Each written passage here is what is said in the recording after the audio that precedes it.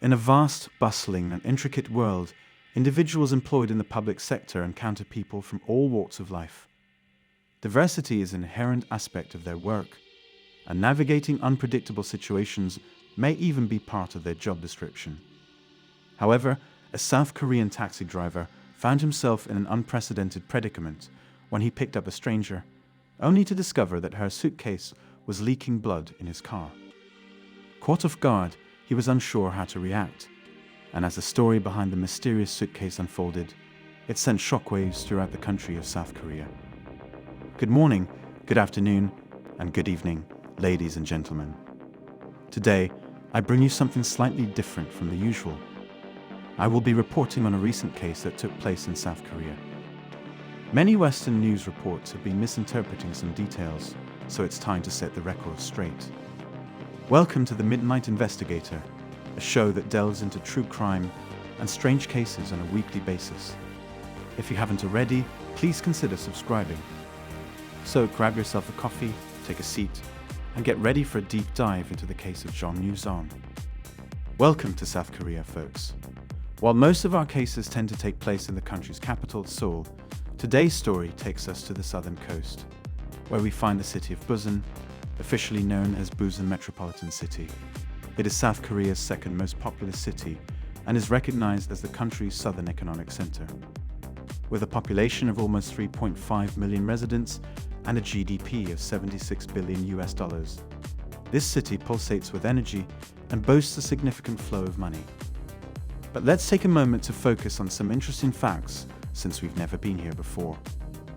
Busan is home to the largest film industry in South Korea and is known as a creative city. It also serves as the cultural capital for festivals and creative gatherings, acting as the gateway of entertainment to Asia. Think of it as the equivalent of Melbourne in Australia, California in America, or Glasgow in the United Kingdom. When it comes to the outdoors, Busan offers stunning beaches, hot springs, and breathtaking seaside views. It's a haven for anyone seeking both artistic experiences and sunny relaxation. Notably, Busan boasts a sixth largest megaport in the world, handling almost 22 million 20-foot shipping containers annually. To put it into perspective, that's equivalent to 730 billion liters of coffee. I doubt even I could consume that much.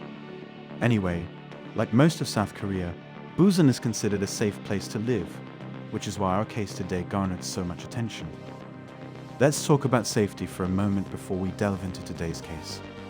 It's 2023, and we all acknowledge the indispensability of AI and the internet in our lives.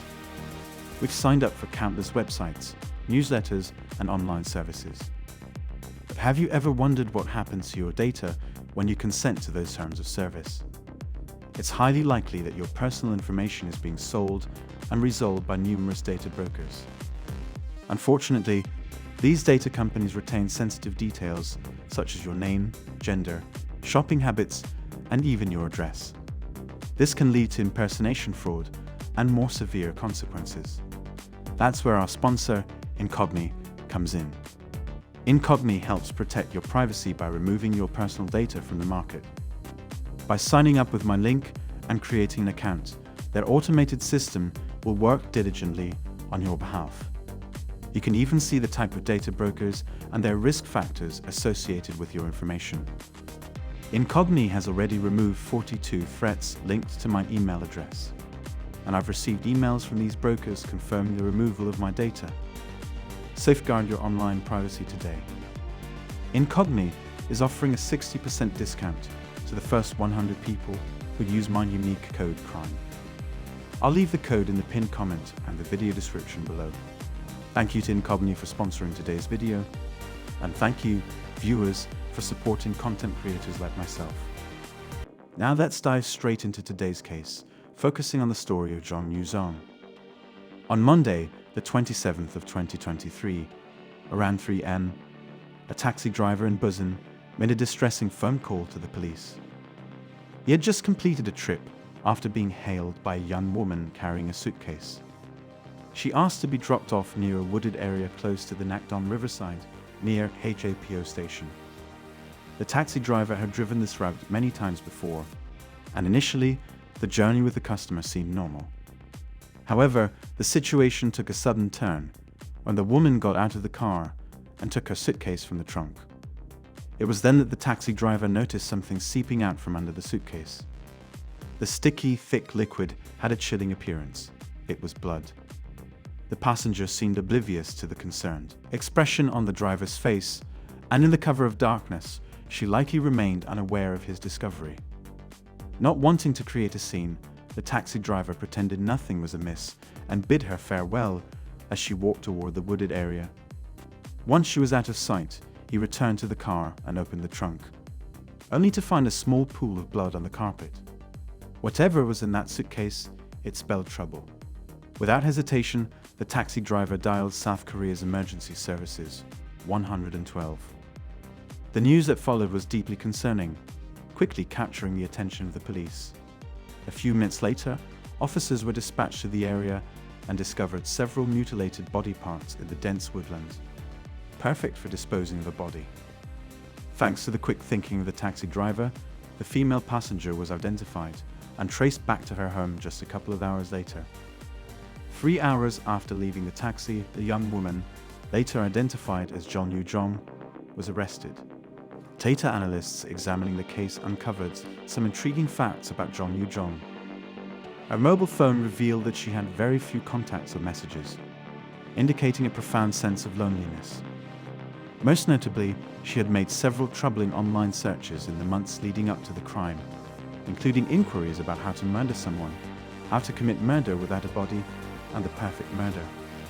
Initially, Jeong Yoo-Jeong denied committing the murder, claiming that someone had threatened to kill her if she didn't dispose of the body. However, the police quickly found inconsistencies in her story. After being persuaded by her family to tell the truth, she eventually confessed 3 days later. In her confession to the police, she admitted to having an uncontrollable urge to kill someone because she wanted to know what it felt like. It appears that her motive stemmed purely from morbid curiosity, which explains why she was willing to target a stranger. Unfortunately, due to South Korean privacy laws, the identity and details of the victim are not disclosed in the media. For the purpose of this story, let's refer to her as Jin. The timeline of the murder unfolded as follows. Approximately 3 months prior to the crime, Yoo-Jeong began her online research, concluding that it would be more sensible to target someone randomly since there would be no personal motive involved. Utilizing a popular tutoring app, she posed as a parent in search of an English teacher for her fictional child. On May 24, 2023, Jaein was paired with Yoo-Jeong, and they agreed to meet a couple of days later on the 26th. Yoo-Jeong informed Jaein that she would send her child to the teacher's house. Jaein accepted the offer. On the scheduled day, May 26th, Yoo-Jeong, dressed in a school uniform she had purchased online, disguised herself as her fictional child. Concealing a knife in her pocket, she arrived at Jaein's house, located in Gyeongju. Given her height of 4 feet 9 inches, 1.44 meters, it is unlikely that Jaein questioned her age. After entering the house and realizing that Jaein lived alone, Yoo-Jeong brandished the knife and mercilessly murdered her in cold blood. Once she ensured Jaein was dead, she proceeded to the next phase of her plan. Yoo-Jeong returned home shortly after midnight, picked up a suitcase, and went to her local supermarket. There, she purchased knives, locks, zip ties, bleach, and plastic bags. She then went back to Jaein's home, captured on surveillance cameras, happily strolling between the residences. Disturbingly excited, she dismembered Jaein's body into multiple pieces and placed some of them in the suitcase. Around 3 a.m. on the morning of the 27th, she called a taxi and traveled to a park, where she disposed of the body parts. She aimed to make it appear as if the victim had vanished. To obscure Jaein's identity, Yoo-Jeong retained her license, mobile phone, and purse. She also brought the suitcase back home for a second round of disposal later that day. In Yoo-Jeong's own words, she hoped to commit the perfect crime. However, as we all know, that would never come to pass, and she was promptly arrested. In terms of psychology, legal proceedings, and potential sentencing, Yoo-Jeong's trial has yet to be scheduled since this case is recent. She is currently undergoing psychological evaluations to determine the charges she will face, but first-degree murder is highly likely. South Korea technically allows the death penalty, but the last execution occurred in 1997, and capital punishment is unlikely for the more than 60 individuals on death row. On the other hand, Yoo-Jeong may face a sentence as short as 5 years, although a longer term is more probable if she is found guilty. This case leaves me with mixed feelings. While I understand her fascination with true crime, it seems that Yoo-Jeong's interest crossed a line and became an unhealthy obsession. However, it's important to note that enjoying true crime doesn't make someone strange or abnormal. The genre can be educational, foster empathy for victims, and increase awareness of personal safety. Yoo-Jeong's actions were undoubtedly the result of deep-rooted loneliness and disturbed thoughts that she kept to herself due to her lack of social connections. One side note, the taxi driver quit his job shortly after this incident, prompting a career change. That wraps up today's story. I'd love to hear your thoughts on this case, so please share them in the comments section below. I didn't see the need to wait for the trial since Yoo-Jeong's guilt is quite evident, but I will keep you updated on the sentencing, expected next year. Thank you for watching another episode of The Midnight Investigator. If you enjoyed this video, please like and consider subscribing if you find true crime intriguing. Stay tuned for more videos coming soon. Remember to take care of yourself, look out for others, and stay safe. Thank you and goodbye.